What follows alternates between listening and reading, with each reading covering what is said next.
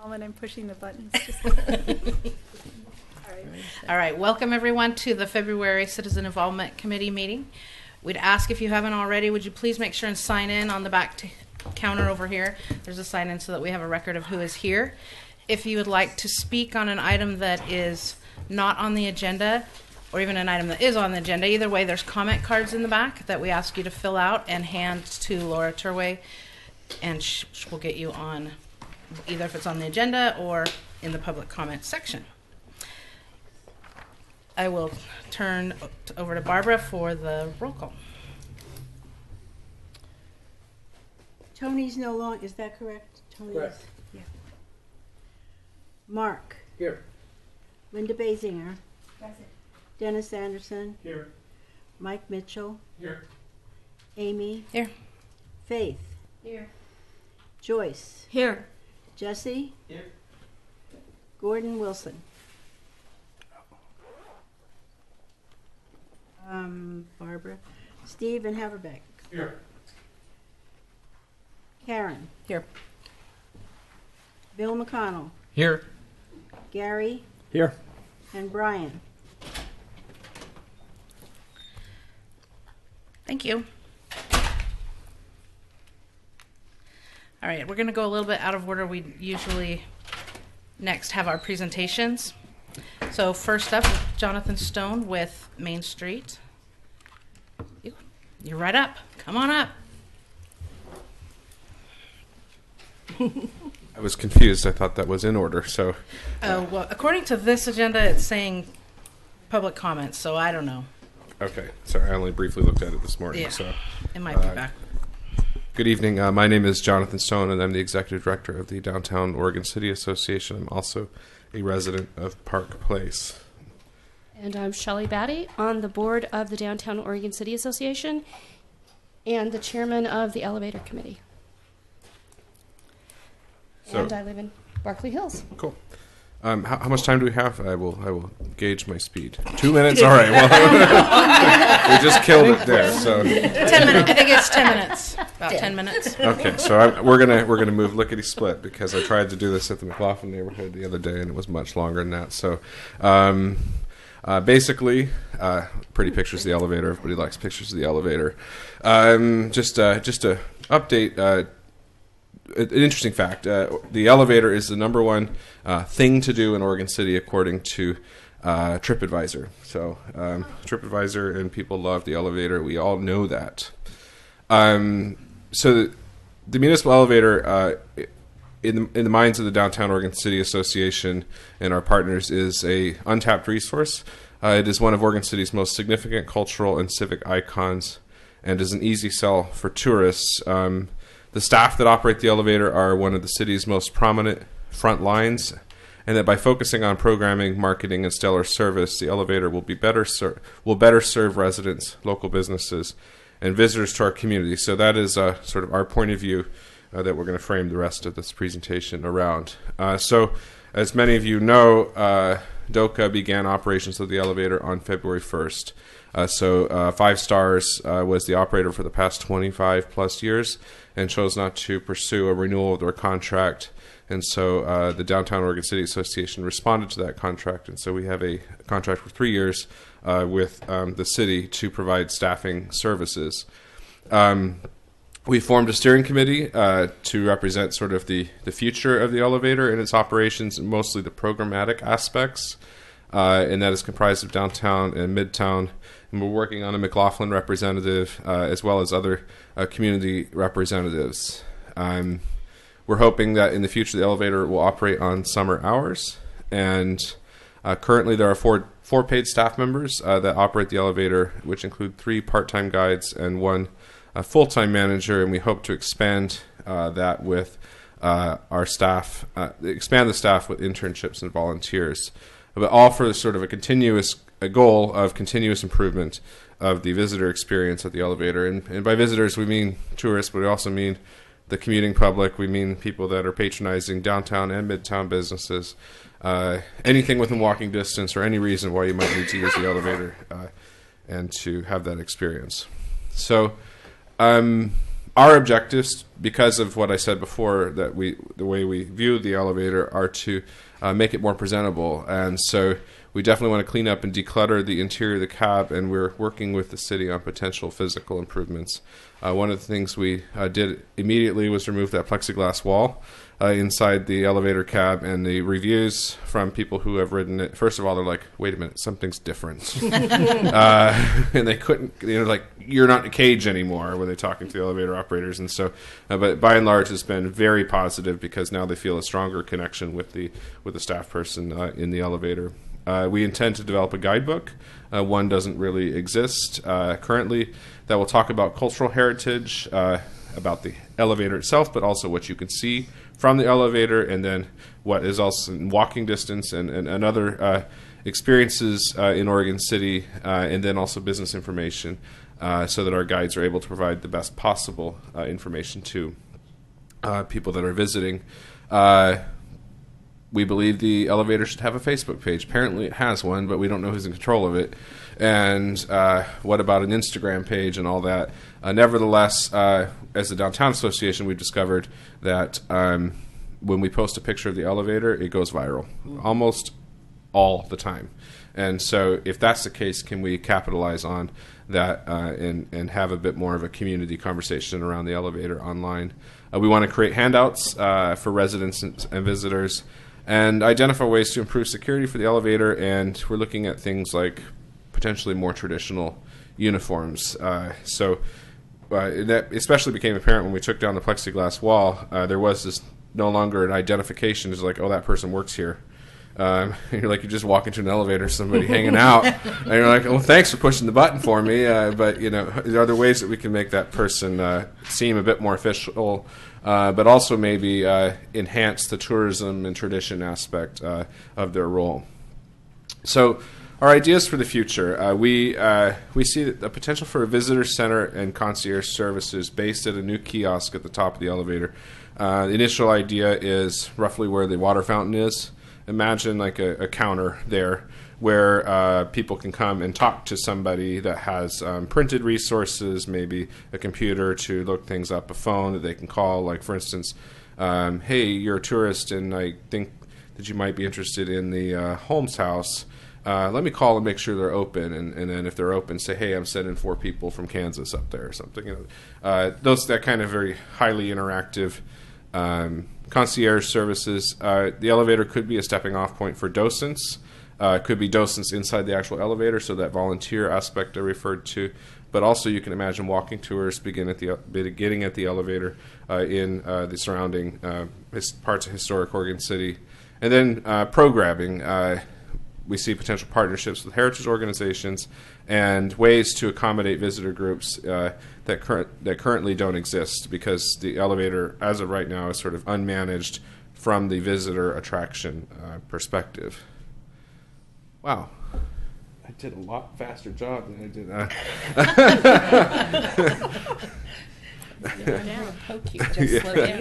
So anyways, we want your feedback, and that's why we're here. And we will be soliciting public comment via comment cards and on our website. We're still kind of putting those things in place. We are getting ready to issue a community-wide survey related to other things downtown, and we're going to ask a question or two about the elevator. And then we're also asking the public to get involved. And when we think about those volunteer programs, we want people to participate in helping with that success. I know Karen suggested she can help with some of the history aspects. So, but anyways, the Downtown Association has a contract to operate the elevator. We want to continuously improve the visitor experience, the public's experience at the elevator, and we want your feedback. And so, are there any questions? I know there's been lots of stuff running around on, was it Nextdoor and Oregon City Chit Chat, and so I'm happy to answer questions that you may have. Wow, you must be thorough. Mark, did you have a question? Yeah, what are you looking at an operating budget? So that's contracted with the city. It's roughly in line with the prior organization's operating budget, and it essentially covers the 5,000 plus hours a year of staffing and some other administrative costs. So I believe without off the top of my head, the first year is about $116,000, which is pretty close to what the previous contract was with the other operator. This is probably not directly at Jonathan, but Brian and Laura and John will hear it. Two things. Right back here, where the sidewalk goes back to the elevator, there's only a really small sign that says the elevator's back there. And it's blue. It looks more like a disabled parking sign than anything else. So it's our number one attraction. We really need to sign it better at the top. And the other thing, and I may be overly sensitive to this because it's the business I'm in, but that path, the sidewalk, is not lit well enough. It's lit well enough to be safe, but we humans kind of try to avoid the dark, and it's not at all inviting. So we really need to look at the illumination levels on that path to make it inviting for people, especially this time of the year when it gets dark at 2:30 in the afternoon. So. The sidewalk, yeah, the promenade, yeah. Steve? Leading back to the elevator. So, one thing that Make sure you're in the mic so that the mic gets the plexiglass allowed the operator to have some heating for the winter. It's not a conducive place to stay for 6 hours if you don't have a way of keeping yourself warm. Sure. There's a way to address that, and one is there's two modes that the elevator operates in, and so in the winter, if the operator feels cold, they're able to close the doors so that the heat stays in when the doors aren't open accepting passengers. That plexiglass, I think, helped when the operator maybe chooses to leave the doors open. But as long as they have the ability to close the doors if they feel the need to, it actually remains pretty warm. So they're still going to have a portable heater in there? There's a wall unit that's actually built into the elevator, and then we have an additional portable heater that they can plug in if they feel that they need to. Okay. Great. I had that same question. Very good. Any other questions? Okay. How will we find out about your surveys and your... Those are things we typically try to send out to the Commission and the CIC, so you guys will get an email once that survey is live. And keep in mind, it does include a lot of other things other than just the elevator. But we're working on ways to, like, especially once the social media and stuff gets up, that's other ways to interact with the elevator. We do have a phone number for the elevator. If you want to call the guide on duty, you can actually just call the Downtown Association, and I believe you press 4 and then press 2, and it'll ring right inside the elevator. So. Especially if you call it an hour, they don't have a lot of traffic. They might enjoy the conversation. So, All right. Thank you very much. Thank you. Thank you, John. Next up, we have Nathan. I'm going to think that's all that orange over there. Is that right? All right. Talking about TriMet's Hop Fast Pass. Also, I brought some pens. TriMet likes to pass out swag whenever we do this. So I'll pass these around. Y'all in the audience are welcome to grab one too. Actually, I had 3 of the little safety lights, and I wore them the other night because I'm always in black. And I was out at night. $50. Well, I was like, where'd you get that from? What'd you think? I said, TriMet was giving me I'd like to have one. And so I started to read over the stairs. Well, this is 1 P. There's just 2 P's on here. Ooh, how will we spell it? All right. Right. Hello, everybody. Thanks for letting me join you this evening. My name is Nathan Jones, and I'm an outreach coordinator with TriMet. I'm working with them to engage with community groups and help roll out the new Hop Fast Pass. I'll just give a quick overview of what it is and then talk about what I'm doing to help sort of do community outreach around it. And I hope there'll be a lot of time for questions and conversation. Really quickly, the Hop Fast Pass is it as essentially like a gift card or a prepay card for riding transit.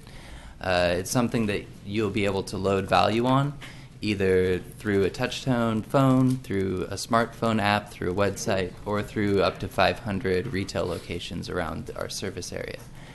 Once you've loaded value onto the card, you simply tap the card on a little, you've probably seen them around on the buses or at the various light rail stations and streetcar stations, the little green boxes with a screen on it, and you just tap there.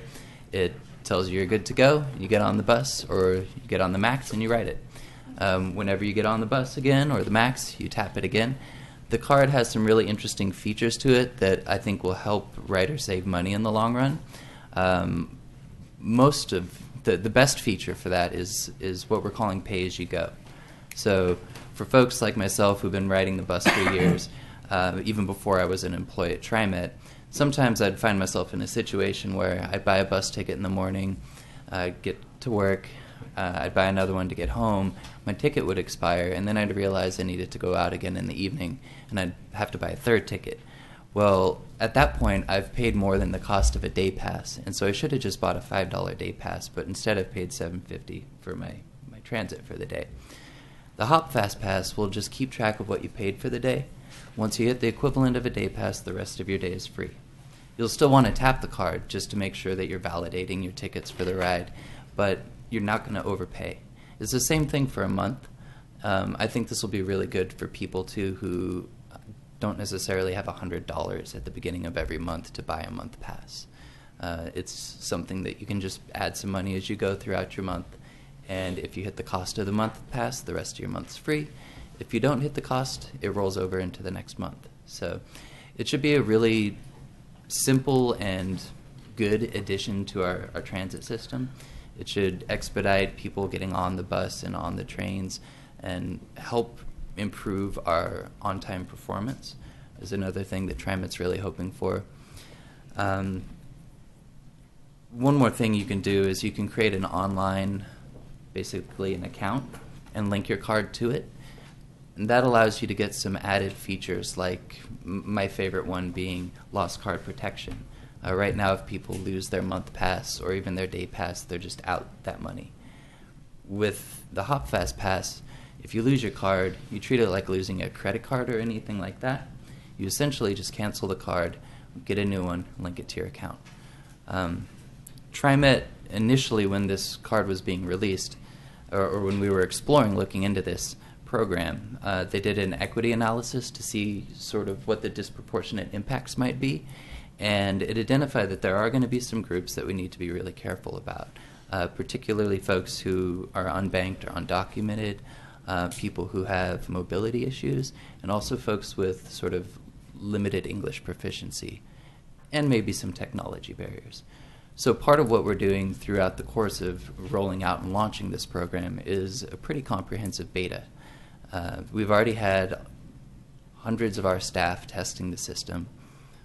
Now, just this month, all TriMet staff are getting new IDs that also are going to start acting like these hop cards. But at the end of this month, we're actually going to start adding in citizens, general riders, to this. And I think that this is one of our best opportunities to make sure that we have a diversity of testers so that the system works for all the different kinds of riders in all the different areas that we serve. So that's partially what I'm reaching out to y'all about, because I know TriMet can sometimes be focused all downtown, or it can feel like we're not going to all the places we serve enough. And so I wanted to make sure I was coming here to talk to you all to get ideas about who we should be reaching out to, who we should be asking to help us test the system. Also, one of the things that came up in our equity analysis is that the card itself we're going to have to charge $3 for. It's just the cost of producing this new thing. That can potentially be a barrier, given that it's about the cost of a bus pass for some folks, $2.50 being the cost of our just one-use ticket, as we call it. In order to help address that, we're going to be giving out 200,000 of these cards for free at the launch of the system. Pending a good beta test, we'll be launching it publicly in July.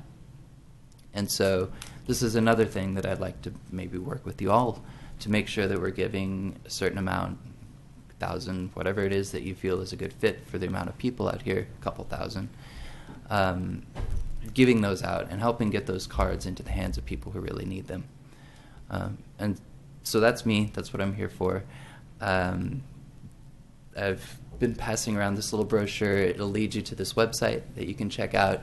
You can see right now one of the top features on our website is signing up to help us be a beta tester.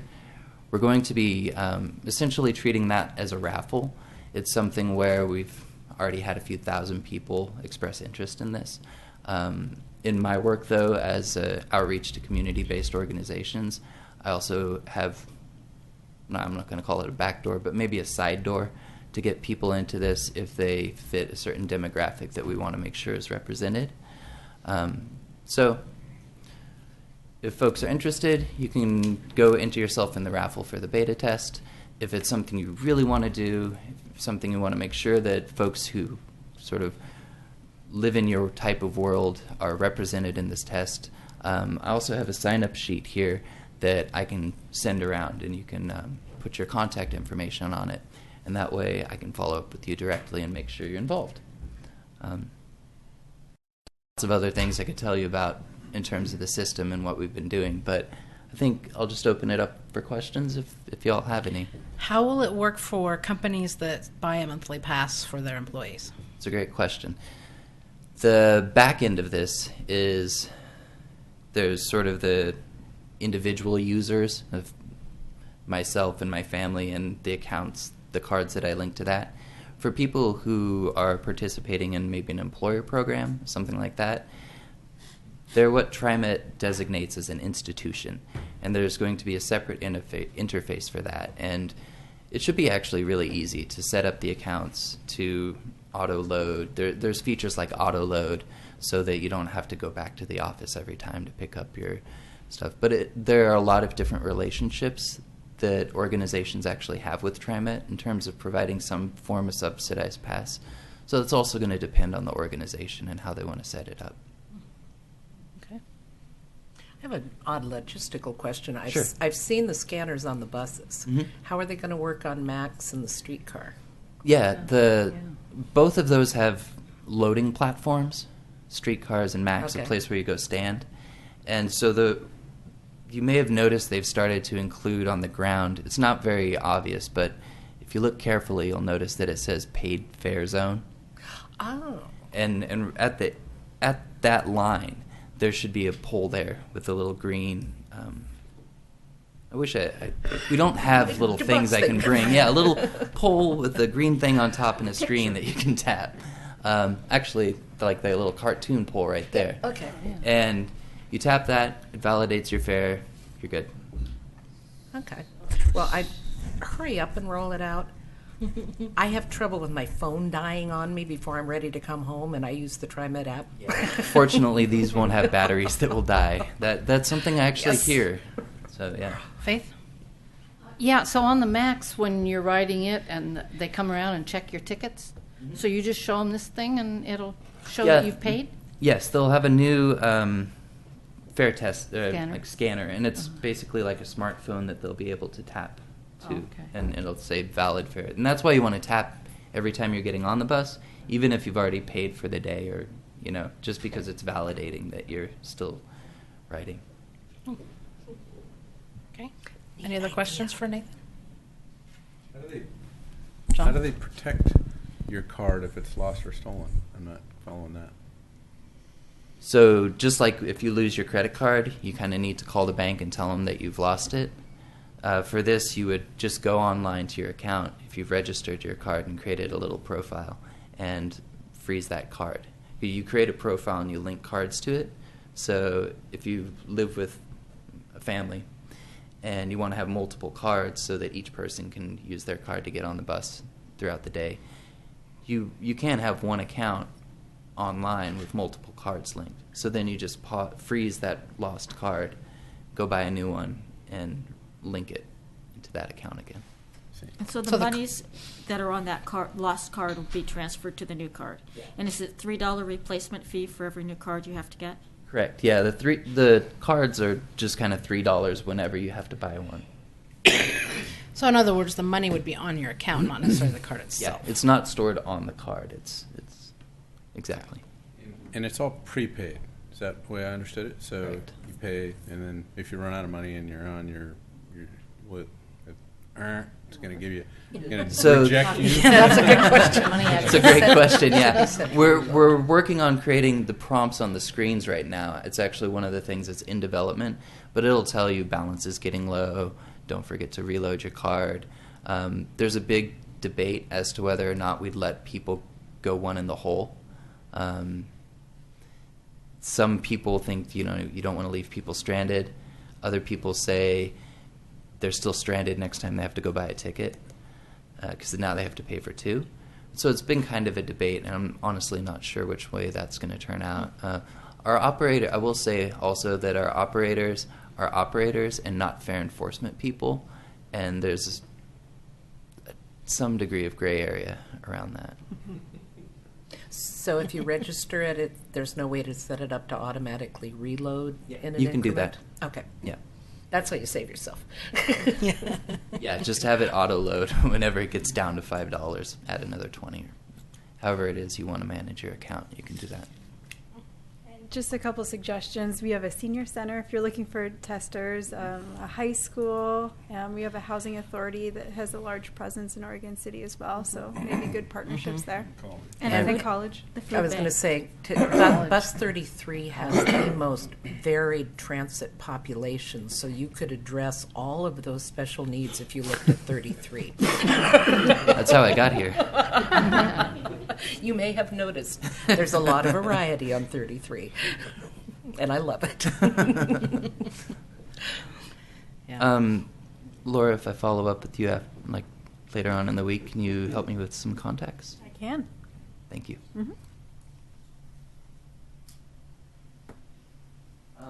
Just another question for you all, if you don't have any more for me. Are there any events in Oregon City that you are really proud of, excited about, and think would be a good place for us to come maybe in July or after July to pass out some of these free First cards? City. Come on. First City Celebration will be toward the end. Shelley, what? There's a list at the end? I said I can give you a list since I'm not sure I'm supposed to talk since I'm in the audience. Trust Shelley. Talk to Shelley. I'll come sit next to you. Thank you. And the farmer's market, too. Mhm. All right. Safety fair. September. Is that too late? That might be too late. Work. And also, September. National Night Out is the National first Night Tuesday Out in is August. Oh, that's really a big one. August. That's a big lot of people. Shelley's got a pretty Lot of local exhaustive list, people though. from She knows what's going on. Okay. Also, we TriMet. I heard mention of a safety fair. If you ever want TriMet to come out and do demos on safety stuff or provide blinky lights or anything along the lines of that, we do have a Be Safe, Be Seen campaign that we can provide stuff to people if you need that. And I can help booth as a there. contact for that too. Yeah. That's Great. sponsored by the fire district? Excellent. That's Okay. mostly police and fire. Thank you very much. Yeah. There's no other questions? Thank you for your time. All right. I was going to say, that's where I got that. We have a blinky light right here. All right. Like that? Moving along to our stormwater master plan, Jonathan Archibald is here from city. And Ryan, I didn't catch your last name, Ryan. Yes, from Brown and Caldwell. Have a seat. Just real quick, I wanted to just introduce myself to the CIC. I'm John Archibald. I'm a project engineer here in John Lewis's engineering group. And I've been here since February of 2015. Really excited to be working here at the city after 18 years of working in private consulting. Very excited to be working on the Stormwater Master Plan as I did some consulting work on Stormwater Master Plans before I came here. I love stormwater. No, I do. So if you guys want to talk about drainage issues or hydraulics, call anytime. You might be surprised how often people do. Anyhow, I'm excited to give you guys I think a good kind of executive summary of the work that we've been doing on the Stormwater Master Plan over the last year or so. I've been working with Brown and Caldwell. This is Ryan Retzlaff from Brown and Caldwell, who's kind of been the project engineer on the technical side of the master plan, and he's going to be presenting on our progress. So happy to be here, and nice to meet everybody. Thank you. John? Jonathan, by the way, he's the one who's been delivering all of our moratorium sanitary sewer projects. So he's been the project manager on that, as well as stormwater stuff. So he's covering a lot of territory, spending money fast, carefully. But yeah, no, we've been making good progress. I'll give you an update on that later. But that's Jonathan. Thanks. I like stormwater too, just like John. So I'm going to talk a little bit about the Stormwater Master Plan in Oregon City, and this is just, like John said, kind of an executive summary of what we've been doing. We're going to stay just kind of high level, not get into the gory details too much.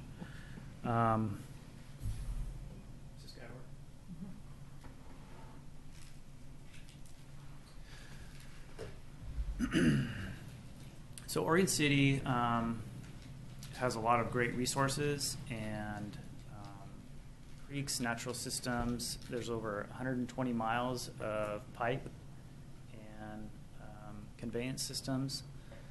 The stormwater management facilities consist of water quality and detention facilities and ditches and things of that nature. And so all of that in combination with the natural systems, the Willamette River, Abernathy, Mule and Beaver Creek, those are all things that we're considering as part of this study.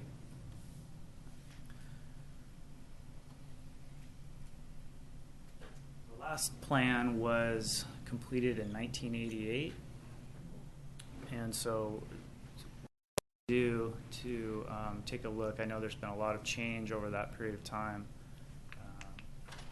Stormwater's certainly been a part of that. Closer to the microphone. Sure.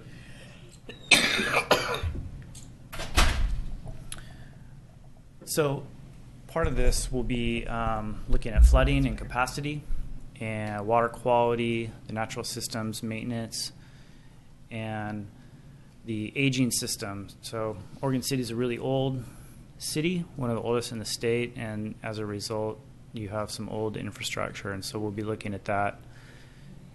And then all those will be wrapped up into a list of projects. Some of those projects will be more of a management plan to address all of those elements, and those will be prioritized. So the city will have a list, kind of a to-do list of areas of highest priority to get started in repairing.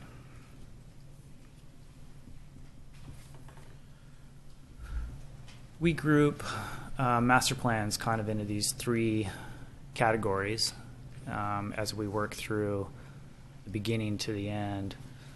We identify the problems and do data collection, and then project development is really the analysis part of it, where John and I kind of nerd out and model and talk about all kinds of weird stuff. Come up with concept designs for those problems, and then pull that all together in the end into a document.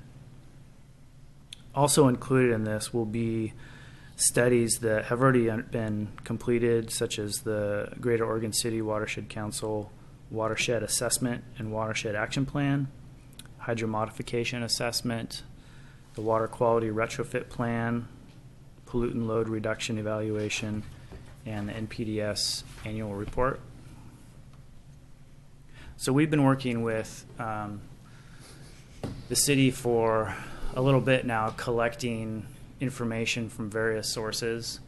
And we've come up with 80 plus problem areas. Some of these are a culvert that may be undersized, or an existing pond that's malfunctioning and causing some problems, or a ditch that continues to spill over into the roadway. It's really quite varied, but there are a lot of locations that have been identified. So we've built this database or spreadsheet to keep track of those, and so we identify where it is, what's the problem, the source of it, who it came from, and then a short description and any comments for ourselves. So a lot of these overlap. In some cases, we'll have a culvert that needs to be replaced that will also cause flooding. So it may be listed multiple times. So we take that information and we put that into a map and we place little icons wherever there's a problem. And so we've summarized all of these problems into 4 types. The flooding is represented by the yellow pyramid, and an infrastructure, which is kind of a catch-all for anything that a pipe needs replacement, or a manhole is malfunctioning, or anything to deal with the infrastructure itself is represented with that red square. And then we have areas where city staff has to regularly go out and unplug something, or they routinely get calls for a particular location that has problems. So we classify that as a maintenance issue. And then the natural channels, a lot of those are outfalls, like the picture that you see there in the upper right-hand corner, where the pipe system interacts with the natural system. And so those are identified with the green hexagon.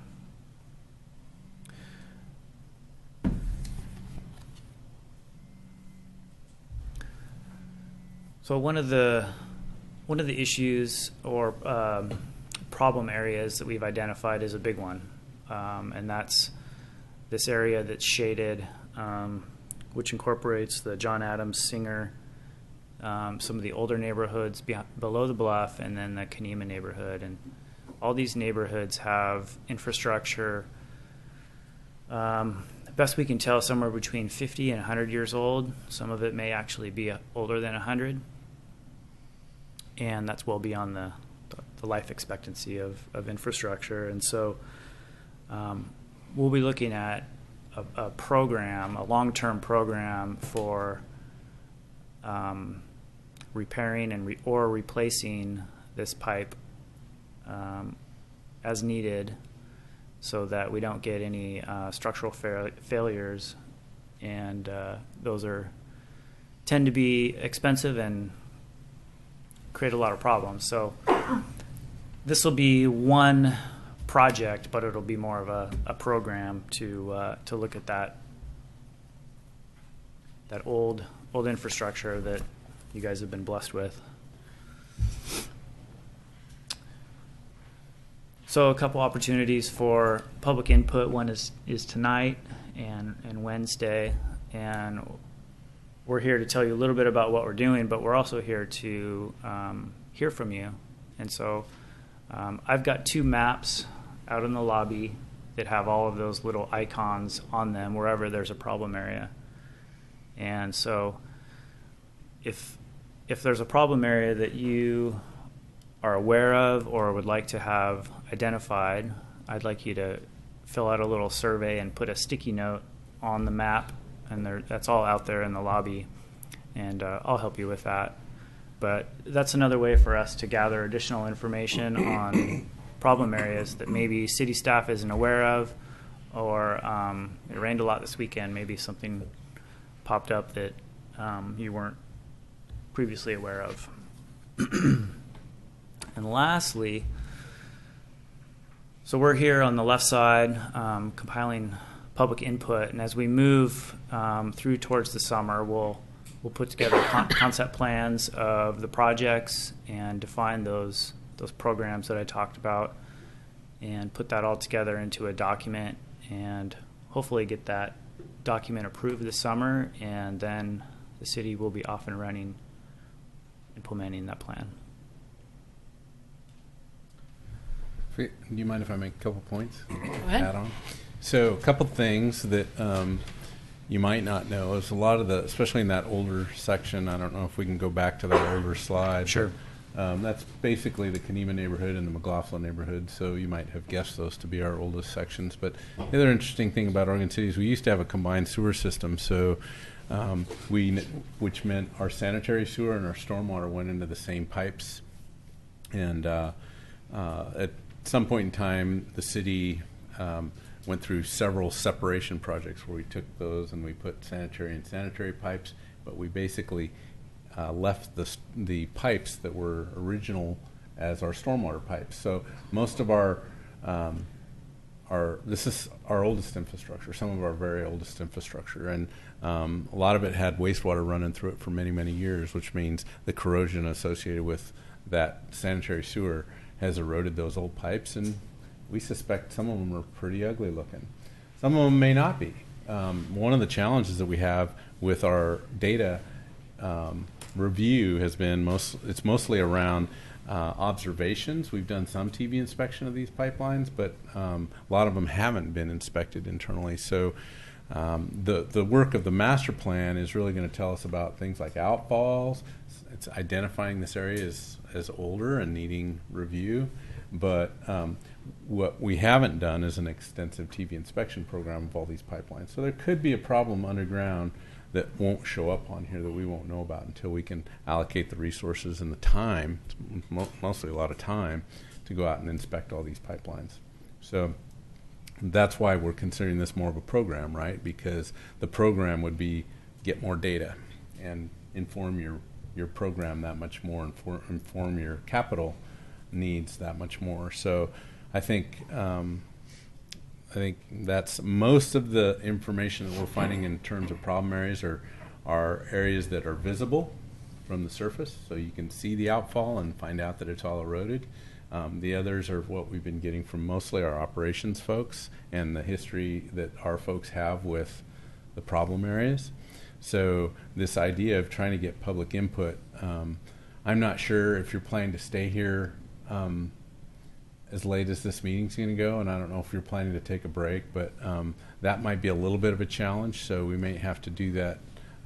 We might have to figure out another way of doing that, or if it can be self-added, if people can just add that out. Because again, this meeting will probably go till 9. So keep that in mind. No? Okay. I don't know. How talkative are you, John? But the idea is it is, I mean, master plans, especially pipeline or stormwater, sanitary sewer, water master plans, we don't always get a lot of public comment on them. So, but stormwater, a lot of folks do know where they see flooding, and they are able to identify those and put them on the map. So it would be good to get your feedback to the degree we can. And I just don't know what you guys had planned in terms of hanging out. Yeah, I can stay. I didn't know either, so. So you plan to stay the whole evening with us? If I need to. We'll Way to take one for the team, Ryan. That's right. Great. Yeah. With the team. You gotta come up here, John, if you're gonna. For those of you that are planning questions, put up your card, and we'll go in the. I'm watching for people who aren't on this. I just wanted to let folks know that if people don't have time to review the map or do any of the survey stuff, please do feel free to get in touch with me if there's anything that you would like to share. I brought some business cards. I have business cards up front, so if any of you do have input that you'd like to give that you can't give tonight, please just try to get a hold of me. Or you can direct it towards me and I'll forward it on. Yeah. Jesse? Thank you. Ryan, in the western part of McLaughlin, what are all those hash marks that don't exist anywhere else in the map? The little short blue lines? Yeah. Those are laterals for each individual parcel. And it's just the data in that area is a little bit better than the rest of it, and that's why it's not. This is GIS map, and so it's really what the city has as far as information on the city. So there's just a little bit better resolution there than the rest of it. Got it. Thank you. Nice. I had the same question on the map. You said it, but it's not in the legend. What the triangles and what the purple dots and what the red squares and and what, and the green. What those surrounds- represent? Yes. That was on the first. That was On the previous Oh, slide. that was in It's the right there. previous slide. Yeah. So they're the flooding, Okay. infrastructure, maintenance, and natural channel. I need to see it all together. All right, Okay. we all work together. They're all out on the maps out there, so you Okay, can thank you can you. see them there as well. Barbara, did you put your name? Oh, all right. Says your name.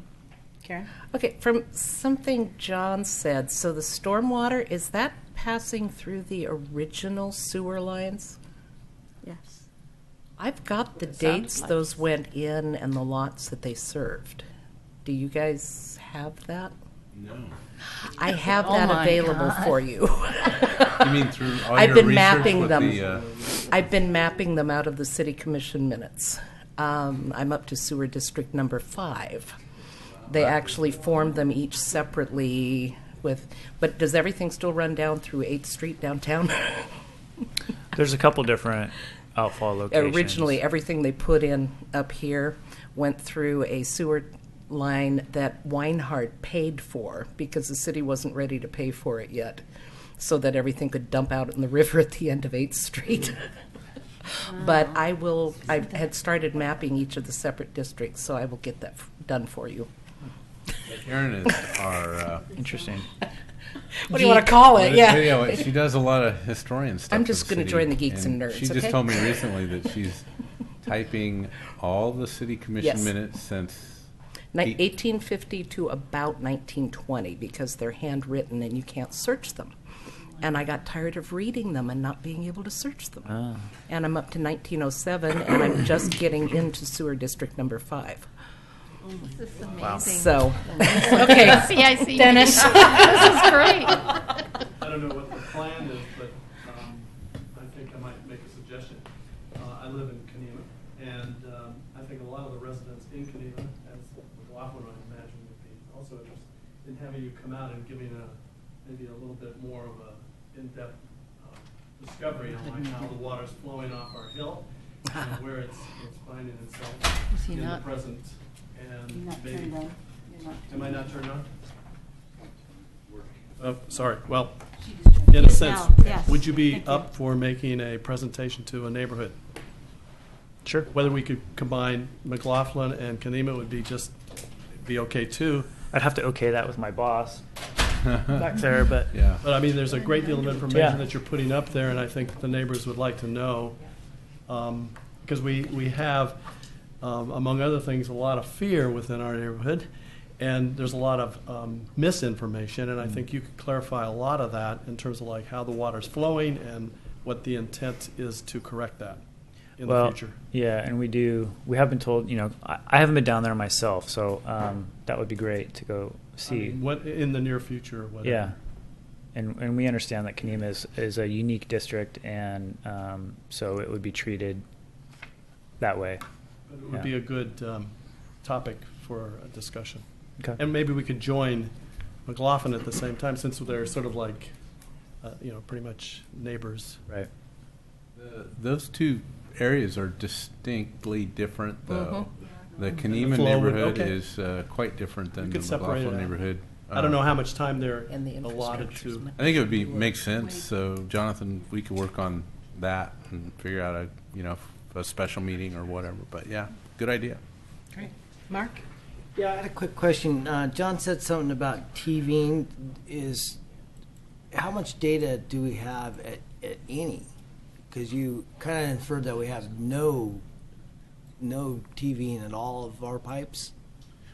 Well, that was probably an overstatement. We have Little. mostly sanitary sewer TV inspection data. Yeah. The stormwater inspection data is pretty hit and miss. We mostly spend our time on cleaning the storm lines with our high pressure cleaner, but our records of TV inspection is limited. So I would say, I don't know what the number is if we have For storm? like 3% of our Yeah, storm it's- system that's been yeah. actually inspected. And that's talking mostly the older stuff. All the new stuff that goes in, we get a TV inspection of that when it's built. But Yeah. we're talking the older stuff.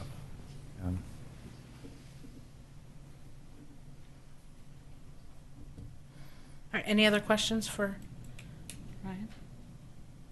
All right. We thank you. Well, thank you. Thank you, Jonathan. You're welcome to come nerd out anytime. It's okay. And I know what I'm doing for fun tomorrow. Now we will turn some time over to John for our Public Works update. All right, so I have a mix mash of several slides that I just want to go through as quickly as I can because I know you've got a long agenda. So if we can get those up, Laura.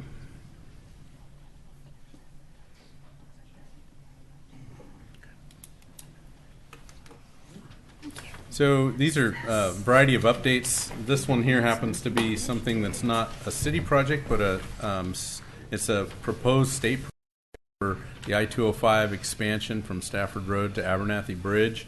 This is a significant project. It's the total project cost is estimated at $450 million.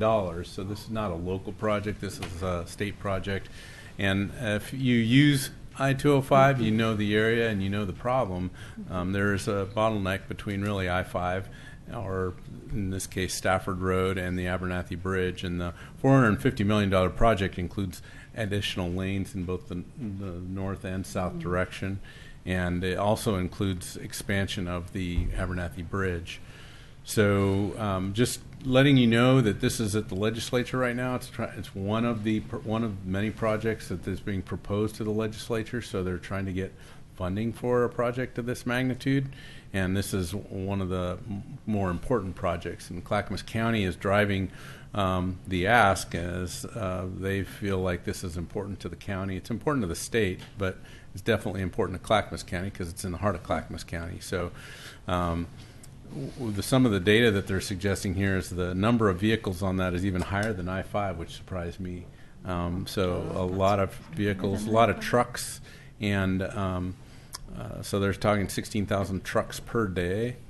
So again, just information if you want details on the area that we're talking about. It's really from what would be the north side of the Abernathy Bridge to basically the Stafford interchange, a little bit beyond the Stafford interchange. And they're suggesting that the first $200 million of the $400 million is for the bridge itself, and then the other $250 million is for the additional lanes. So the area highlighted in red is the area that they're talking about, and the area highlighted in yellow is kind of the limits of the effect of this congested area. So just wanted to give you that heads up in case you hear about it. It's a big project. It's one that, again, is going to require funding that we currently don't have. A smaller project, and one that is also an ODOT project, one that is funded, and one that's scheduled to begin really this winter. I haven't seen them out there yet, but that's really a median barrier that would be in really from I-5 to Oregon City. And so these are kind of a variety of different types, so guardrail, concrete barriers, and barrier cable. And the idea is to keep folks, if they're going to go off the road and have an accident in the median, that they don't cross into the oncoming travel lane. So it's really a safety project. And I don't know too many details about it. I mean, that's a pretty wide median out there, so I don't know if they're going to do it everywhere along the median, but if you know, between here and I-5, there's some pretty wide sections. I don't know all the details on that, but there's also other areas further north on I-5 that they're going to focus on as well. So look for that this summer. And one I don't have a flyer for, but I've heard of, is also just a standard paving project for I-205 in the same stretch between I-5 and Oregon City. So that's supposed to happen this summer. So could be busy on I-205. Great. Wanted to let you know the project that we had been trying to get accomplished last year but weren't successful in getting good bids for. We have received a good bid, so we've got commission award for this is happening next week on the 15th, and the low bid contractor was S2 Contractors, who we've worked with a lot and we're feeling fortunate to have. So they'll be basically taking the two left turn lanes as you come down Beaver Creek Road heading south. Yeah, And if you extend want to them. take that left turn onto 213, there's a median there, a landscape median there that was built.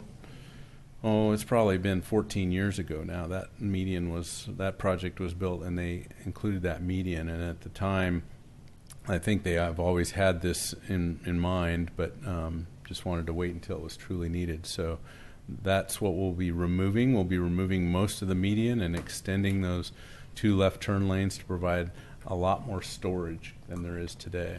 So again, this is just under $200,000 for this project, for the construction phase of this, and we'll be getting started. I don't have a date yet because we haven't even awarded the contract, but sooner than later. So plan on congestion at that location. Mm-hmm. This map is really difficult to read, and I apologize for that, but it's our first take at... Gummy worms all over. I can actually... Can we zoom in on that one, Laura? You think you can figure out how to zoom in on that?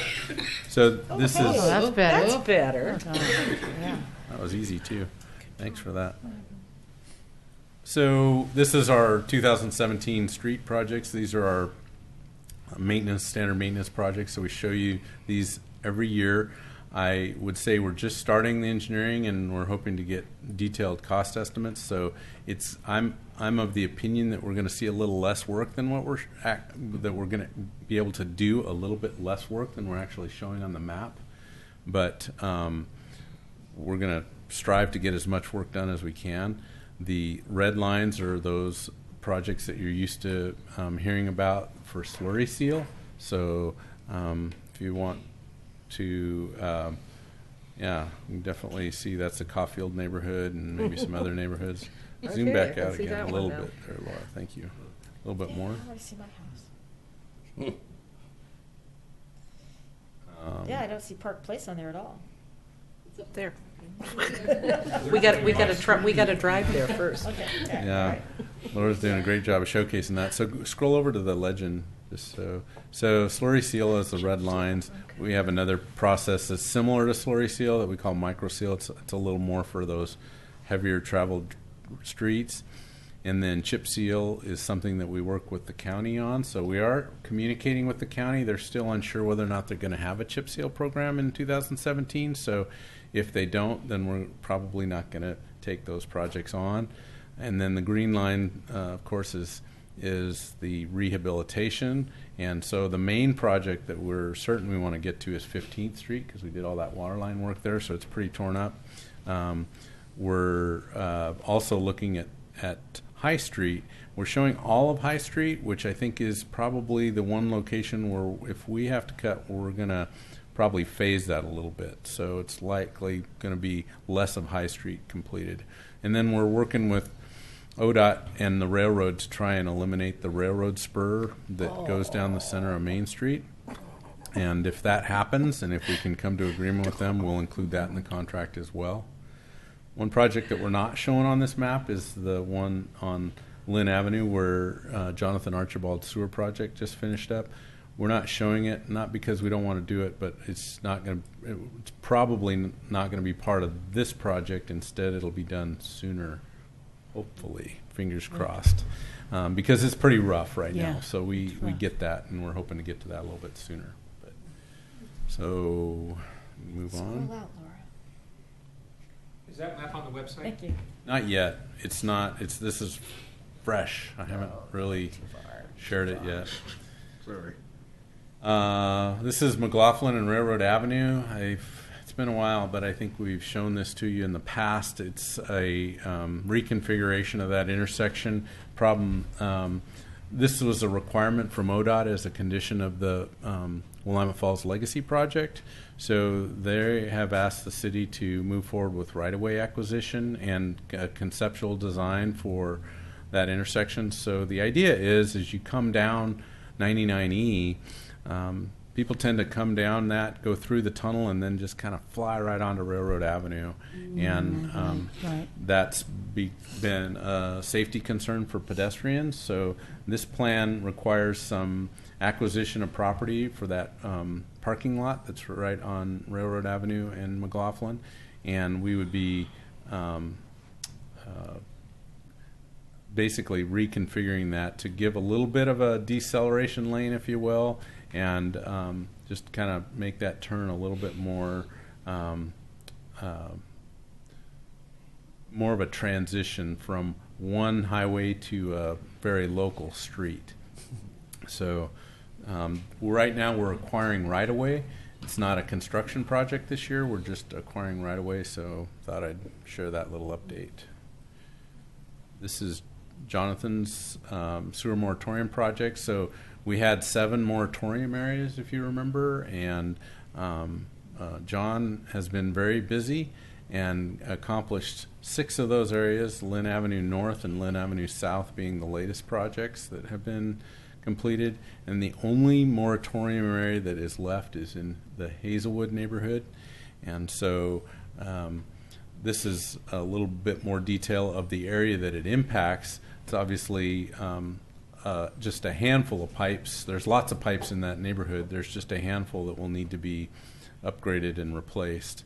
And so that's the project that Jonathan's been working on. He's trying to get a, well, we're working with a consultant to get a scope of work and a set for the design and construction administration for that one. So probably be starting construction on that. And we don't know the date yet, but probably late August. Shoot for summer. Yeah.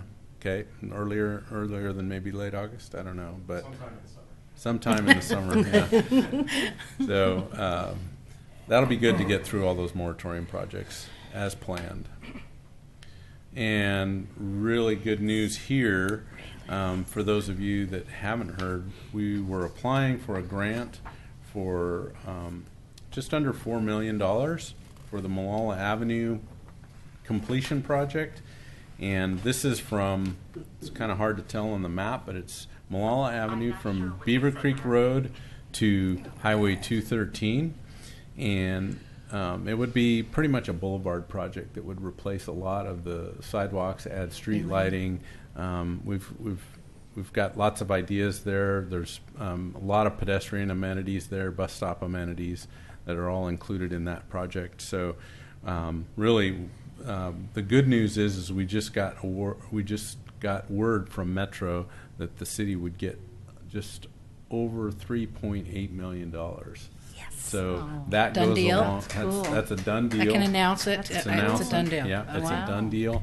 Hooray. There's more good news on that front in that we got a little bit less than what we were asking for. This was a pretty close to a 50-50 match, where we're also providing about $4 million for the project on our side. So the grant funding is necessary. It's about an $8 million project. The Metro funding was federal funding, so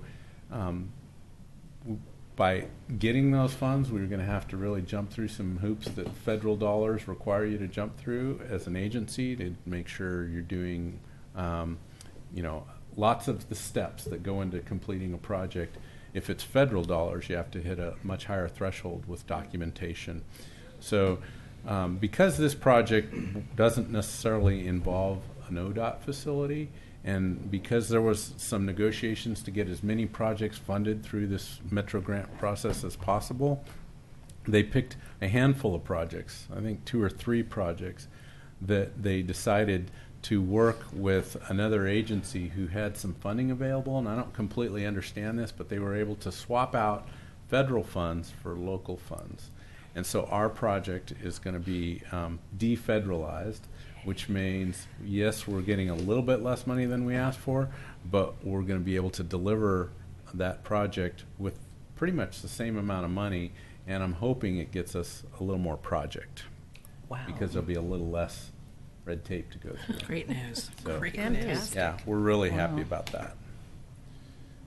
Just another quick project. This is an aerial shot from the top of Boynton Reservoir. So if you've ever been in the neighborhood there off of South End, this is what it looks like from the top, kind of looking over towards, if you looked a little bit farther, it would be Chapin Park.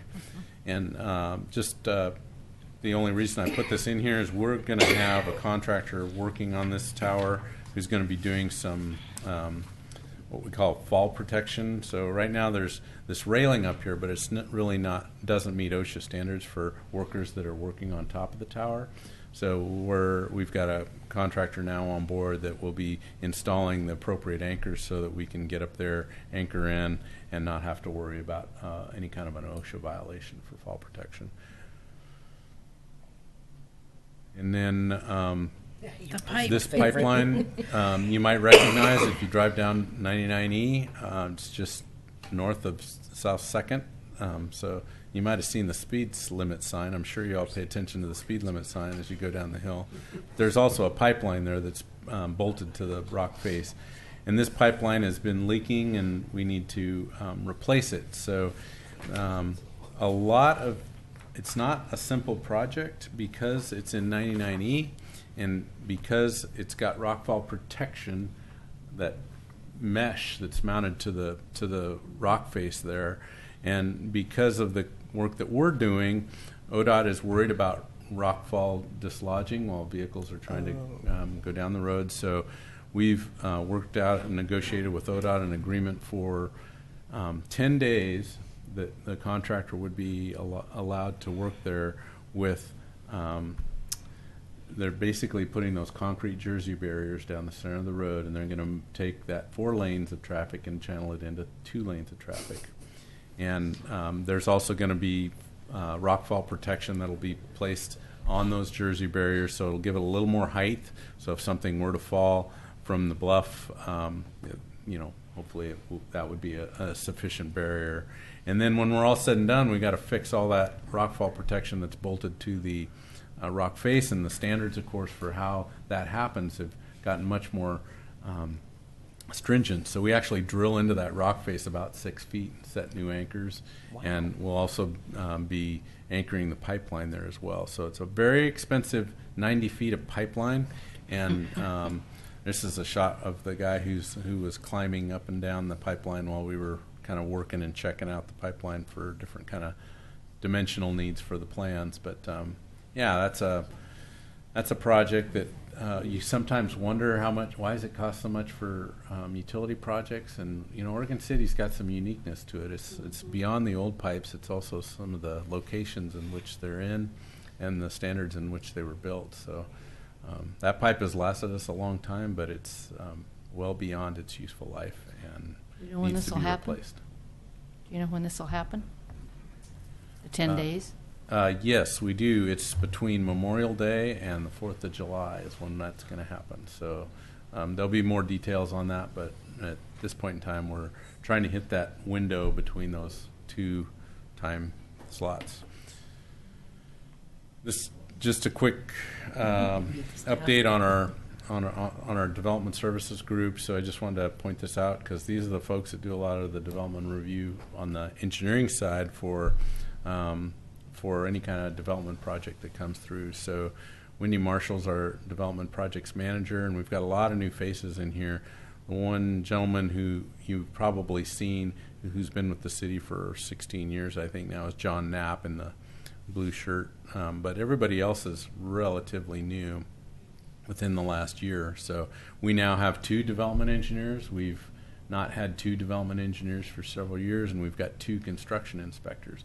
We've been running with 1 of each of those for several years, and just with the development picking up the way it has, we've been able to fill our little back room here. So there's no more space for anybody new, so we can't have any more development happen beyond what we've gone through. You didn't say that. That looks kind of weird. Let's see. Moratorium. I'm just going to do a real quickie here on the Ops Center. So the picture on your left is the 2009 master plan. We've got a new master plan that we're about to enter into the land use process. And so I think you've seen that picture for sure, but it's just the new yard layout, which really kind of emphasizes larger trucks on the lower level, smaller vehicles on the upper level. Before we had a 4-story building on the lower level that bridged up to the upper level. Now we've got a 2-story building that's sitting on the upper yard. We're saving things like there was a concern for white oaks that are on the upper yard, as well as the rock outcropping, and we're proposing to save those. and as a result of that, we're not doing as much storage on site. So, yeah, moving forward with that. There's just a few pictures I wanted to show that the architect has been working on. That would be a shot at the front door of the new building up on the upper yard. That would be the back side of the building, kind of looking at it. We've got this plan includes an elevator, so between an elevator, there's an elevator that would get you from the lower yard to the upper yard, and so this would be, there's a pathway between that elevator and the back of the building, and that's what this view is looking at. We went to the Historic Review Board recently and shared with them this picture, and the building design takes elements from most of the historic buildings, and that's a requirement of the city's historic code, right? So again, just looking at the lines of some of the older buildings with the cornicing and how they the flatter roof and just the storefronts and how they look. So we're trying to meet the intent of the code in our building design as well. These are just some of the finishes where they talk about some of the metal seams, the ground face CMU block, and just some of the paneling that we'd be using as well. So we're working through that, and there's still opportunity for input, but we're hoping to submit through the Historic Review Board soon, and definitely the planning department. That's a shot of what our frontage would look like on Center Street. I know it's a little bit looks a little weird with all the white background, but they were trying to put it in context to the houses on either side of this. And then there's a section view that shows the lower yard. So starting from the left side, there'd be the houses. We've got a couple of parking lots there, and then there's the Center Street right-of-way, and we would have our large truck garages next to that with some yard space, and then the elevator that would get you to the upper yard where the buildings and upper yard would be. There's been a lot of questions about what that elevator could look like. This is just a concept. It's not a finished drawing. Just trying like to the first one. figure out, do we want a spaceship-looking elevator on the top, or do we want just a standard elevator with some uniqueness to it? And this is our schedule, which shows really the key date here is to try to get our land use submittal in by mid-April, or by mid-March. And with that, I'm done. So now we'll have 2 outdoor elevators. Can you talk a little bit about the pothole plan? So winter has been fun. We have gotten, but the roads are kind of coming apart. So we've got, part of the challenge is just doing it in the wet weather, because anything we put down when it's wet typically is pounded out shortly thereafter. So our street department's well aware of all the needs there, and they're trying to get on top of those, but we need dry weather. So in the meantime, we'll use coal mix as best we can, and as time allows, we've got a nice what we call a patch truck, which has got a heating element that keeps the asphalt warm while they're trying to get it from each little. If you can imagine, there's really about 3 shovelfuls in each little pothole we have out there. So by the time you get to the end of the day, if you don't have a nice heated truck like that keeps that asphalt warm, you end up with a big clot of asphalt. So we do have the right equipment for it. It's just going to take us some time, and there's potholes everywhere. Mm-hmm. The good news is ours look smaller than the other ones that I've seen in Portland. All right, Barbara. Yeah, can you update us on the slide on Holcomb, for the Park Place neighborhood? Right. So we're working on we're trying to, we've got a couple ways. For one, we didn't get federal funding to repair that slide. So we were kind of hoping we could get some federal funding from the disaster that we had last December. So because of that, we're trying to figure out how best to pay for that. So at one point, we've kind of gone full circle with trying to get a consultant on board and trying to figure out if we really want to spend that kind of money, or if we just want to do some of that design in-house and actually build it in-house. So we're John Burrell is the project manager on that one, and he's at this point looking at working with the consultant to do the survey work and a geotech to help us with some design details. We're going to draw it up ourselves and probably build it ourselves. Oh, the homeowner isn't responsible? We're working with the homeowner, but I would say no, the homeowner's probably not responsible for that one. Okay. Thank you. Any other questions for John? Wow. All right. Public comments. Were there any public comments for items not on the agenda? None have been received thus far. Okay. Speaking of, All right. next thing on the agenda. Working items. Laura, were you doing tracking system for the requests and comments? Yes, thank you. So as you recall, one of the items on our to-do list for our CIC goals was to create a system to track comments that come into the CIC at meetings. So normally you'll see me writing down notes, and then I'll email people afterwards, and something happens and you may not know exactly what that thing is. So this is a way to just identify or log what comes in, who's responsible for what, and just check that box that we have followed up on it. This is our draft log. It's up for comment. You don't have to do an official vote or anything like that. But How will this be shown? Or I'm not going to share it unless you guys ask for it. So it's just Correct something the we'll spelling, use right? in-house. Oh, I And see. if you want to know that we're following up on Jeez. things like we are, then this is what we'll use to show you that we did that. Together quick. Yeah, don't looks like really recite. good. That's what I'm hearing. Like recite? Some head nods. Her spelling? No. They're commenting on the spelling. Comment received. Comment You know, received. That's It's all right. At the beginning. We all do Oh, it. yeah. Yes. They just couldn't fit another M along that line anywhere. It's weird. I know. And received, you know. And received needs another E. Yeah. It's abbreviation. It's fine. Alternate It's truth. got to fit in the line. Yeah. great idea. No, but it looks like all the I information love we it. need. I'll I fix love the spelling. idea. Okay. Can you add that to the comment log that we need to fix the comment received? I'll get back to you on that one. All right. Show me mark yes for CIC follow up on that one. All right. Well, that was it for that one. Wow, that was good. Barbara? Any comments on minutes? There was something I noticed. Do you have a copy right there? I can bring it up on the screen. There was, it looked like a line got added. Sorry, I didn't bring that with me. You can get it up on documents. You can? Mm-hmm. There we go. Okay. Sorry, scrolling down. Which page? Click documents. And then click that. No, actually, that. Yeah. That one. Okay. Down. Whoa. Up. It was in the presentations.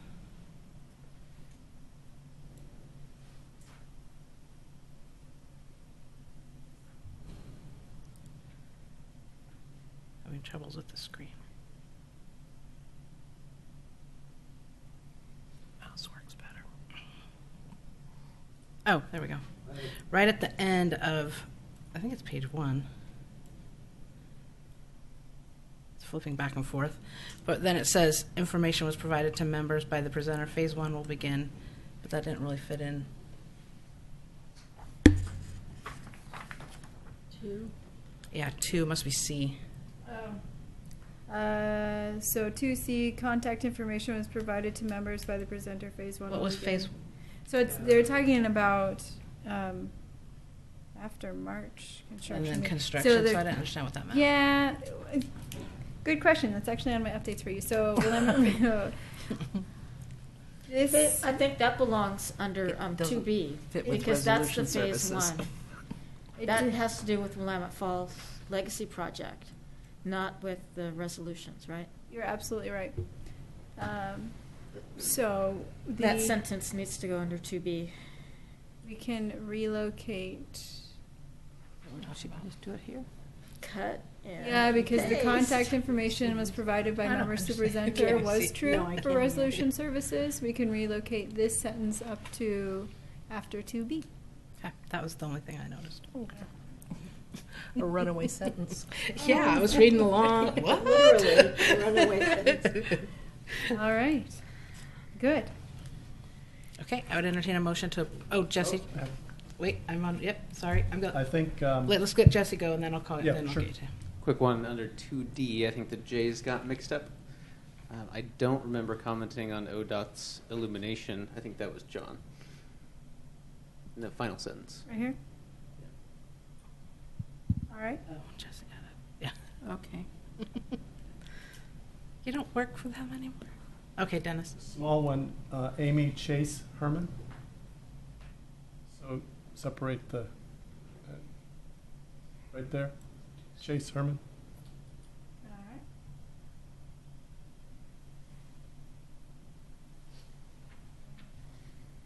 All right, so I have three items to change. We'll relocate this sentence, oops, right here, starting with phase one. This mouse is a little funny. This sentence will relocate up to 2B. We will fix Amy Chase slash space Herman, and then we will change Jesse to John. Is there a tongue twister? Great. Okay, any other? Look around the room. Okay, now I'll entertain a motion to approve as amended. Move to approve. Second. Second. All right, all in favor? Can you just raise your hands? Aye. Aye. Okay. Any opposed? Any abstain? Okay.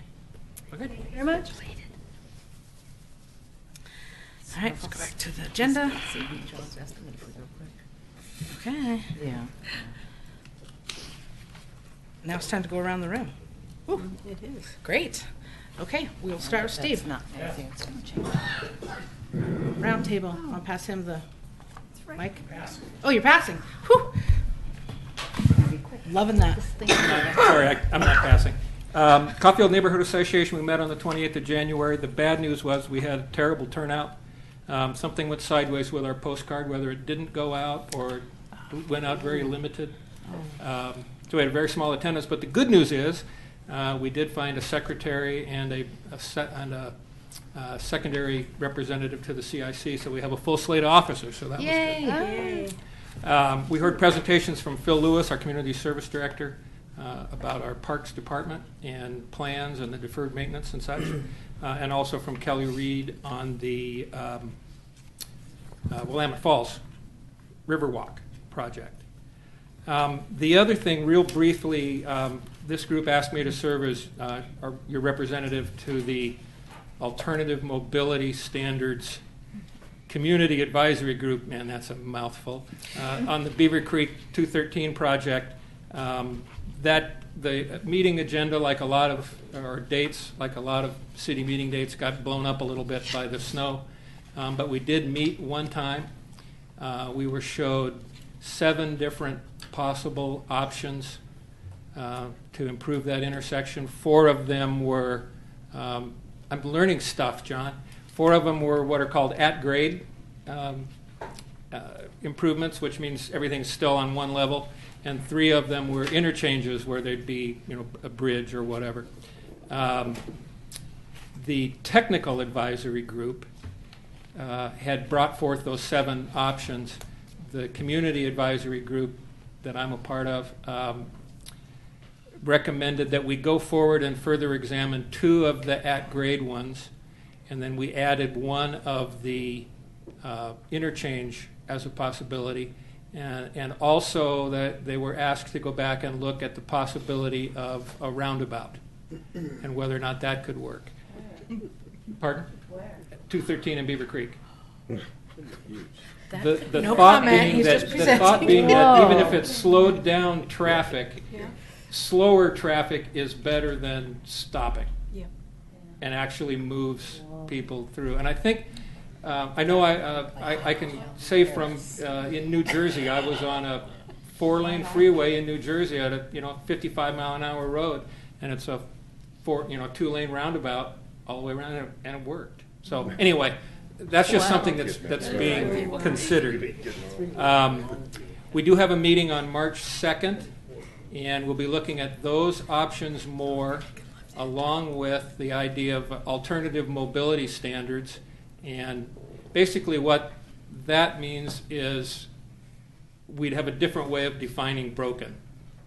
We'd realize that that intersection can't be fixed the way in a perfect world it might be, which would be a full-blown cloverleaf intersection, which is north of $25 million and takes a huge amount of land. So with that kind of off the table, do we do some things and accept that we're willing to accept maybe more crowding than we might like for a certain period of the day during rush hour or whatever. So that's at the next meeting on March 2nd. Then there'll be a third meeting with the technical group and the community group together. Not sure when that's scheduled because everything got shoved back because of the snow. I do want to thank Laura and John and also Tony Conkle for looking out for the city.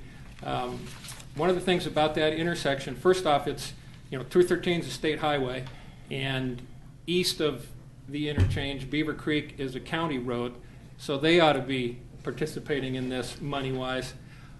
Also, in the fact, recognizing that 50% of the trips through that intersection do not start or end in Oregon City.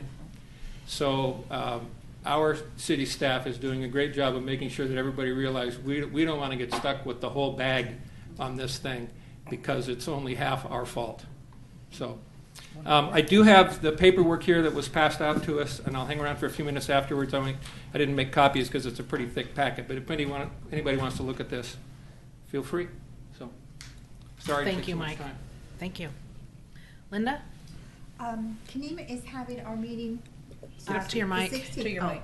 Kenema is having our meeting February 16th, and we are going to be at the library. I'll let Dennis. That's it. Pass. Pass. That's quick.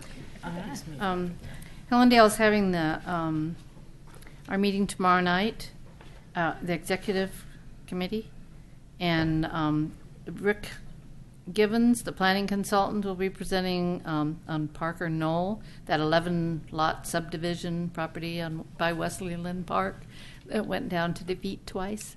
So we'll see what they're going to do there. And we think we're going to have so many people, I guess we moved it to the church, where we usually have our general meetings instead of at a restaurant. So anyway, that's What all time I is have. that, Faith? 7 o'clock. Living Hope Church on Meyer Road. All right, Mark. Yeah, Barkley Hills Steering Committee's moved from, I think, the 14th to the 21st. Yeah, so we have that. And then the following month, we have our regular general meeting. We were able to get somebody to appoint somebody to the police, the chiefs. So that was good. We'll have somebody there. Other than that, it's been all quiet, pretty much. Great. Same old rumblings. We had South End Neighborhood Association had our general membership meeting on the 19th. It was similarly poorly attended as the other one, but we had a nice presentation from Kelly Reed, and our next meeting is on March 16th. And I'll let Gary talk about South End Road cleanup if anyone's interested. Yeah, we'd like everybody to drive real slow down South End Road Saturday morning because we're going to be out doing our local cleanup. I probably won't bring anything in next meeting, but you never know. Bottles are usually empty. We'll go for the soft stuff. Yeah, okay. Karen? Rivercrest Steering Committee is February 16th. Our next general meeting will be March 16th. We're thrilled to have Lynn Avenue open again and be out of the moratorium. And I understand from my neighbors we lost a tree in the park thanks to the wind. But that was all the damage we seem to have sustained in our 3-day hurricane. All right. My neighbors lost a tree. That was fun. In between the time my husband left for work and I left to take my son to school in the middle of the road. Okay. Gaffney Lane, we had our meeting on January 26th, and we had a representative come from the architectural firm that is representing Wilco. They're going to be they're hoping to put in some outside storage bins that will hold rock and bark dust and gravel that you'll be able to purchase. We were pretty excited about that because there's nothing on top of the hill that has that availability, so that went over really well at our meeting. As part of the CIC, I was invited to go to a meeting by Commissioner Shaw about homelessness. There were over 40 people there from all walks of life, from Father's Heart Ministry to churches to schools to city commissions. It was a great meeting. It's just a grassroots organization. It was gathering information about homelessness in Oregon City because that's been a topic. So they're going to be putting together all of the information and coming up. We'll have another meeting after they kind of gather everything together and come up with some ideas. They're trying to come up with a plan, not necessarily to solve. Not that group won't solve it, obviously, but just trying to help. So it was really well attended, and it was exciting to see so many people working together about a cause. I also, as a representative, attend monthly the Community Development Stakeholders Group.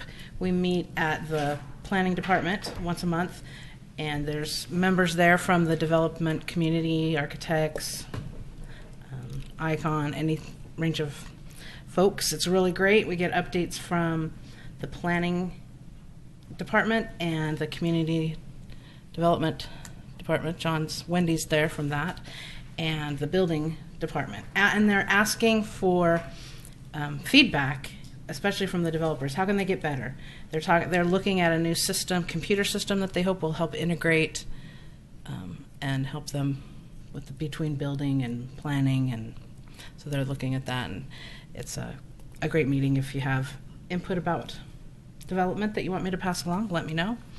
I think it's great to ask for input ahead of time. And the developers, most of them are residential that come. It'd be great if we could get some possible commercial feedback, but that's kind of hard. There's not always ongoing with that.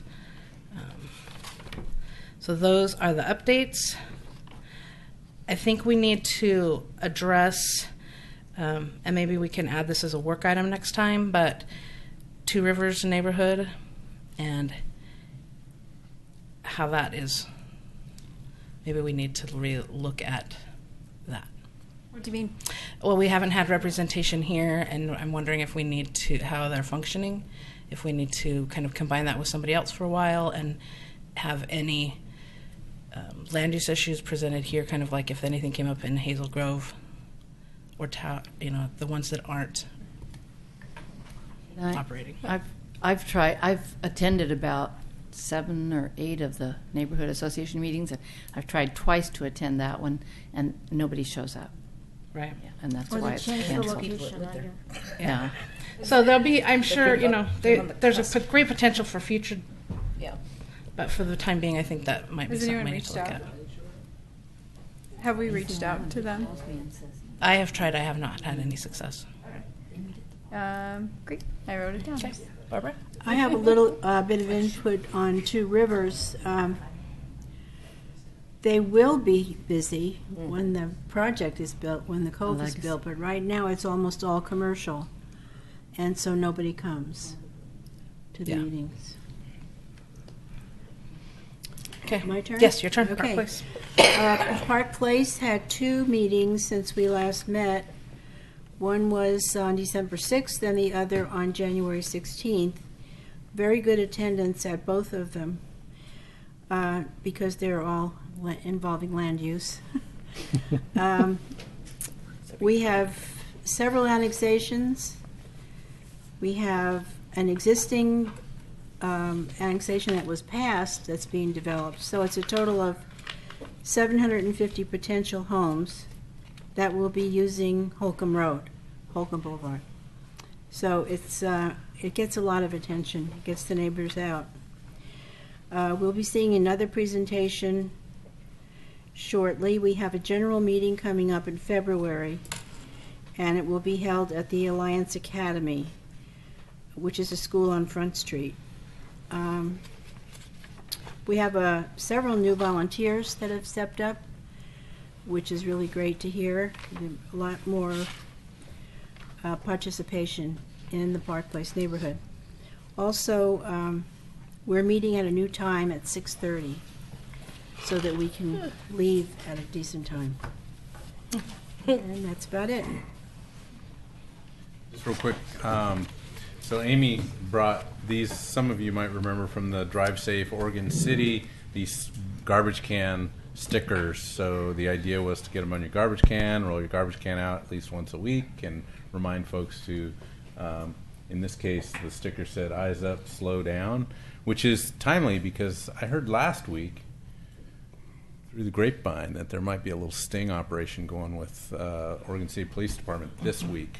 So keep your eyes up, Phone and, off your ear. slow down for sure. It's for distracted driving. But It's the a main blitz, not a sign. the main reason why I want to bring this up is if you, I don't know how many of the, there's not as many out there as we were hoping. So if you still have these and they're sitting in a pile on your desk or something like that, or you know someone in your neighborhood who got them, we'll take them back. We'll figure out a different way to distribute those because just hearing some of the feedback, what we asked was probably not an easy request to deliver. So I'd love to get them back though because they're valuable, and we'll figure out a different plan for distribution. So bring them back and One more meeting. give them to me.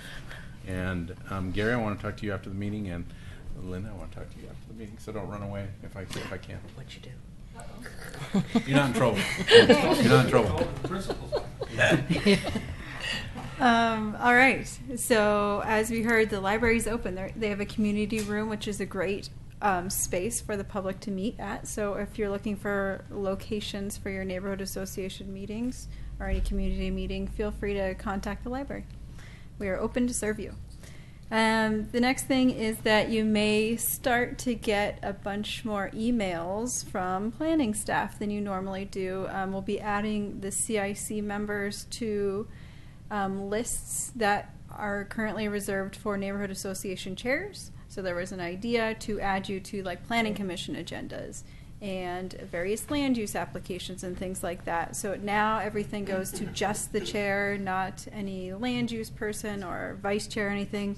We have a hard time keeping track of people and they change a lot, so we'd send everything to just the chair. But our goal is to provide as much public information as we can. So as a part of CIC, a good way to support the CIC is to send you emails about what's going on, just the same as the chair. All right. And then the next thing is some CIC appointments. I erred in not realizing that I needed the mayor to announce, to officially appoint CIC members to a city commission hearing. And so that's why tonight there's a few people in the audience who are not sitting up here because they've not been appointed by the mayor.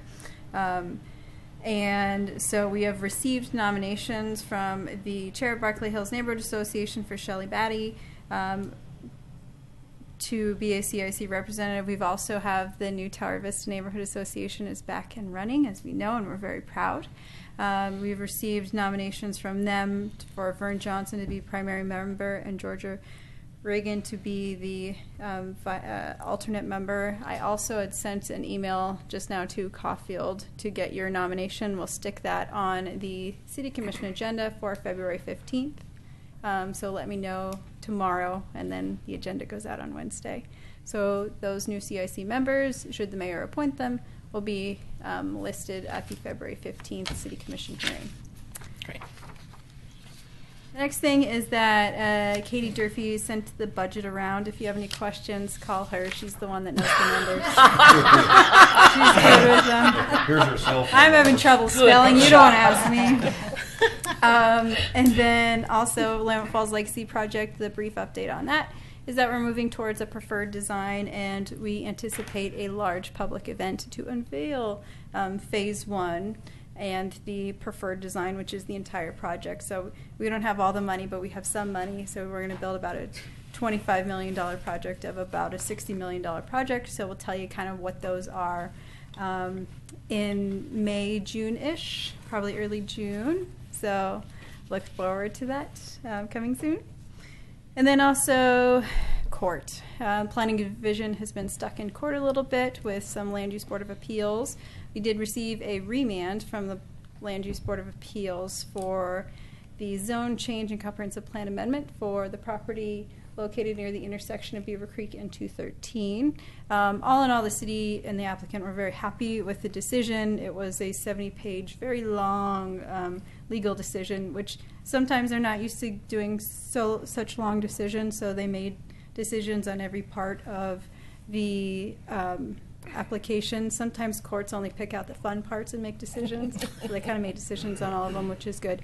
But we did receive a remand, which means the city needs to provide additional information to prove that we have the same environmental protections for commercial properties that we do for residential. We feel pretty good about that. It's a pretty low achievable test. So that'll be going through the Planning Commission again and the City Commission again to settle that before it goes back to LUBA. So update on that. Also, we are in the Court of Appeals for the readoption of the Beaver Creek Road Concept Plan. So we started this in 2006. We created a plan for that area opposite the high school on Beaver Creek Road.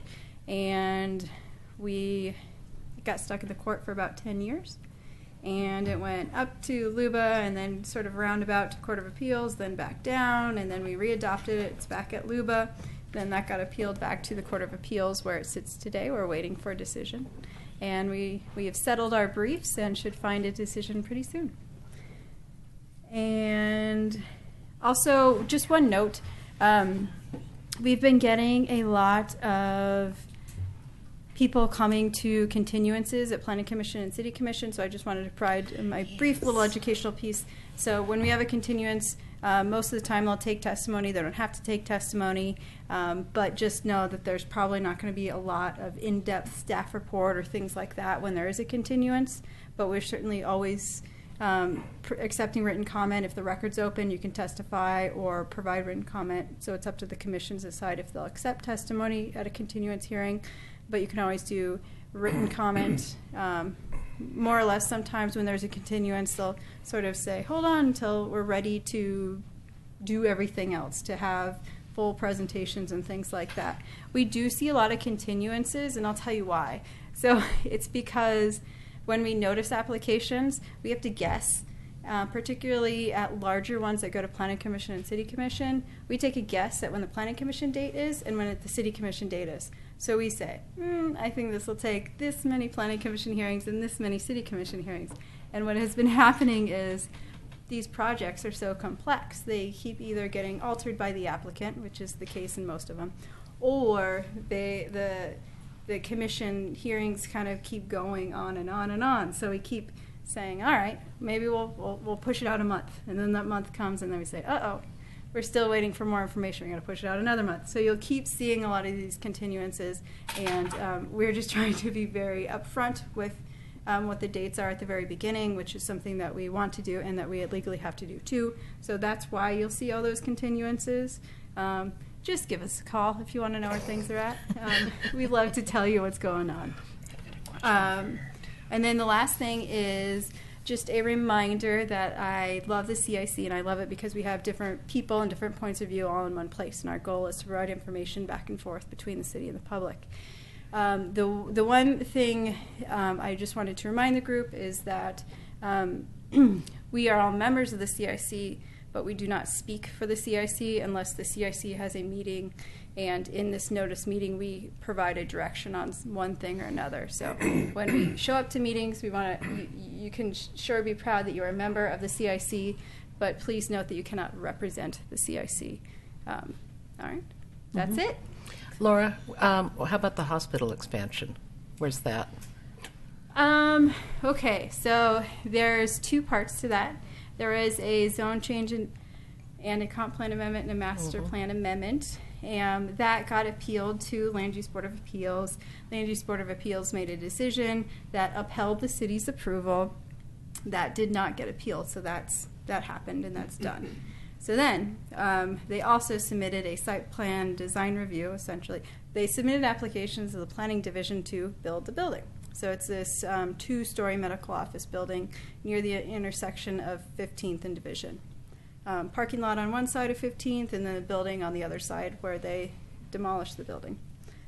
And so there was that approval, and it was a type 2, so clear, relatively clear and objective standards, right? Building can be this tall, you have to have this many windows. So you didn't see it at any commission hearing, it was staff level. That got appealed by the hospital, and so we are sort of working out some details with hospital, and so they keep giving us more time, but potentially you'll see it at a city commission hearing to deal with the appeal. Right now it is scheduled for March 15th or so, the middle of March. Okay. But if they need more time, they kind of can extend things. We have a deadline of how long we could take to process items, so that we process things in a timely manner. And the applicants can extend it or give us more time. And when there's issues where they're either revising their application or wanting to sort of address an issue, they'll do that from time to time. Good. So still working on it. You'll probably see it at City Commission. The other alternate path would be if something could get worked out and you don't have to change the staff report and they just are happy with how things turned out and they could withdraw their appeal. But my guess is you'll probably see it at a City Commission hearing sometime. Okay. All right. Commissioner Shaw. Your turn. Sorry. So I thought I would just expand a little bit on our what Amy has gotten involved with here lately. So the homeless issue in Oregon City.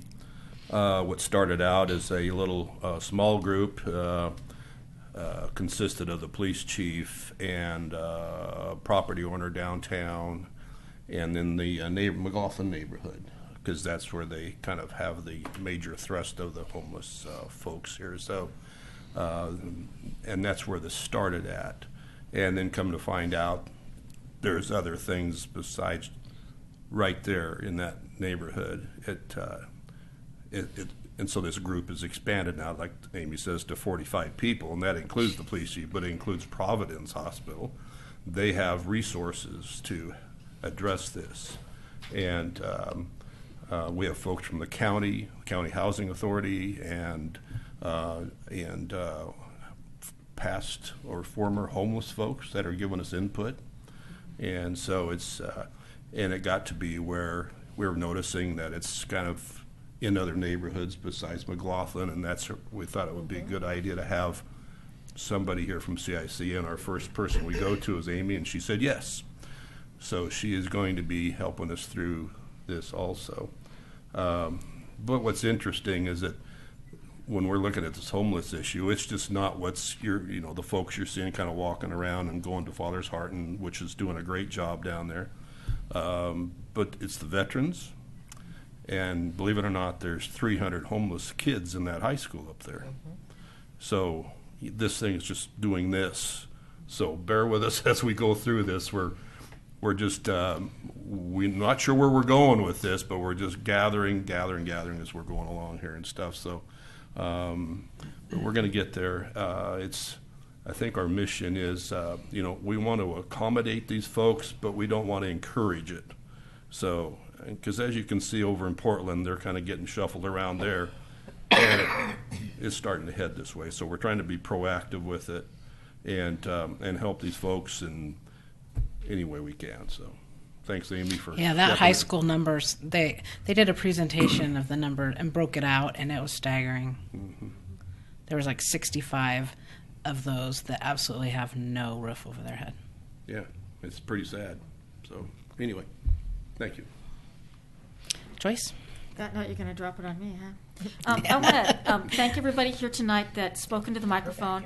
I'm not wearing these earbuds listening to rap music or anything. I really am using this so I can hear you, and I appreciate using the microphones. So as Faith mentioned, tomorrow night we are having a presentation, the Hillendale Neighborhood Association, by a developer for the 11-lot subdivision next to West Leland Park, which is going to vastly affect all traffic on Leland Road. Not vastly, not like the 300. It's going to affect the traffic on Leland Road. Part of it is because they we voted down their ability to build in a little road next to the park using some parkland and build a drainage ditch under the park. They're going to have to build the drainage ditch down Leland Road, which is going to tear up Leland Road for a while and inconvenience people even more than they thought might happen. But they do have a pre-application, and we moved it to the church just because it's a lot easier to hear and talk, not having in a crowded restaurant. But we would like anybody that's interested in on how the application, how it goes in the neighborhood for just doing a little subdivision. So everybody's welcome to come, 7 o'clock at Living Hope Church. And don't forget that this week is the Second Friday movie down at the end of the Oregon Trail. And I didn't see what movie the library is having this week. A couple of their movies, the one I really wanted to see last month, they had to postpone because of inclement weather. But the monthly documentary movies are always really good, and I encourage you to go to those. And speaking of city events, tonight down at McMenamins in Oregon City, they're having a fundraiser for Building Blocks for Kids, which provides clothing and bedding items and things for those homeless kids and needy kids in the area. And so that fundraiser tonight down at McMenamins, where 50% of the proceeds is going to be going to Building Blocks for Kids. So it goes on until McMenamins closes. So after the meeting, if you want to go on down there, I had my dinner down there already. So just encouraging you to participate in those activities. And if you have any questions regarding the Parker Knoll subdivision, talk to me after tomorrow night because I'll have more information, or come to the meeting tomorrow night. All right. Jesse? Thank you. Can you hear me, Joyce? McLaughlin had a special meeting on January 26th to discuss the sole topic of Willamette Falls Legacy Project, and kind of got a design update from the project team, which was great, and that was pretty well attended. We had our steering committee meeting last Thursday, which had some hybrid elements of a general meeting, just because we had Jonathan Stone give us a very similar presentation regarding the elevator that he gave tonight. And we also had Two Rivers as a guest, in a sense. Brian was there, and the designers for a proposed project down on Washington and 17th were there talking to McLaughlin, not in a formal capacity as I understand it, but just to get our feedback since it's so close to our neighborhood boundary. And the proposal down there, which is right across from the end of the Oregon Trail Center, Interpretive Center, is a Hampton Inn and Suites and apartments as well. So I think kind of two different projects, and I think they're in pre-application right now on that. It's on Wednesday. Very soon. So there'll be more for everyone to learn about that soon. We have our general meeting in March the 2nd, and I think that's it. Thanks. We're done. One thing I was going to mention, too, since we didn't have a meeting in January, well, I guess it was after that anyway, on Oregon City Chit Chat, I don't know how many of you know there's a program called Backpack Buddies that the school does, and to provide food for these kids. Well, there were so many snow days that some of the teachers reached out to the community. They were concerned about their students. And so a bunch of people in Oregon City started to gather funds. They went to Costco, they went to stores, they got donations, and they took food to a lot of those families. It was so neat to see that happening in our community, and I just thought we should all be impressed and know what our citizens are doing, trying to take care of each other. I thought that was really great. And if no one has anything else, we are adjourned until next month.